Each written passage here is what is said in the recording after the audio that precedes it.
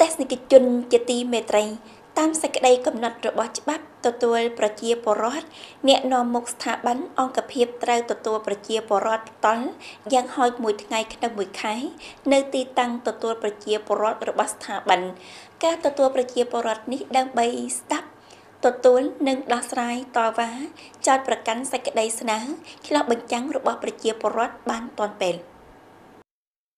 រួមនឹងវិធីសាស្ត្រនោះប៉ុន្តែដើម្បីជិតដិតជាមួយប្រជាជនដិតដល់មូលដ្ឋានជាងក្តាប់បំណងប្រាថ្នាការលំបាករបស់ប្រជាជនបានទាន់ពេលពិសេសគឺចំពោះរឿងហេតុអូសបន្លាយជាច្រើនឆ្នាំប៉ុន្តែមិនទាន់បានដោះស្រាយសមស្របសង្កាត់ភូតលើយទៅផ្សព្វផ្សាយទម្រង់បន្ថែមទទួលប្រជាពលរដ្ឋនៅផ្ទះប្រជាពលរដ្ឋដែលមានលេខាបកភិប្រធានគណៈកម្មាធិការប្រជាជនថ្នាក់ដឹកនាំសង្កាត់រួមនឹងផ្នែកសមត្ថកិច្ចតេតិននិងចោះដល់ផ្ទះប្រជាជនដើម្បីត្រួតពិនិត្យជាក់ស្ដែងស្ដាប់ព័ត៌មានសពគ្រប់ដើម្បីស្វែងរកគម្រោងដោះស្រាយផ្សេងៗសមហេតុផលជំនួសឲ្យគម្រោងបានផ្សព្វផ្សាយពីមុនបញ្ហាដែលហួសពីសមត្ថកិច្ចដោះស្រាយរបស់សង្កាត់និងបានផ្នែកតេតិនកក់សម្គាល់សេចក្តីសំណើជូនស្ថាប័នមានសមត្ថកិច្ចដើម្បីដោះស្រាយជូនមេមីងក្នុងពេលឆាប់បំផុត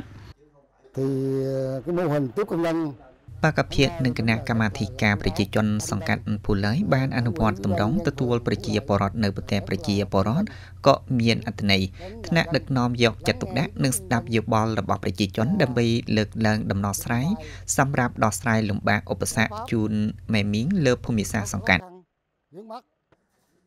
ទម្រង់បានផ្សព្វផ្សាយដោយគោលដៅកសាងរដ្ឋបាលស្និទ្ធស្នាលបម្រើប្រជាជនបើកចំហត្រូវតាមសេចក្តីកំណត់និងម្យ៉ាងទៀតគឺធានាភាពជាក់ស្ដែងប្រសិទ្ធភាពនិងមិនមានទម្រង់បែបបទកម្មាភិបាលចូលរួមដោយស្មារតីទំនួលខុសត្រូវស្ដាប់និងអធិប្បាយច្បាស់លាស់ជូនប្រជាជនតាំងពីនោះការដោះស្រាយបញ្ហាកើតមានពីមូលដ្ឋានបានទាន់ពេលរួមចំណែកលើកកម្ពស់ប្រសិទ្ធភាពក្នុងសកម្មភាពទទួលប្រជាពលរដ្ឋ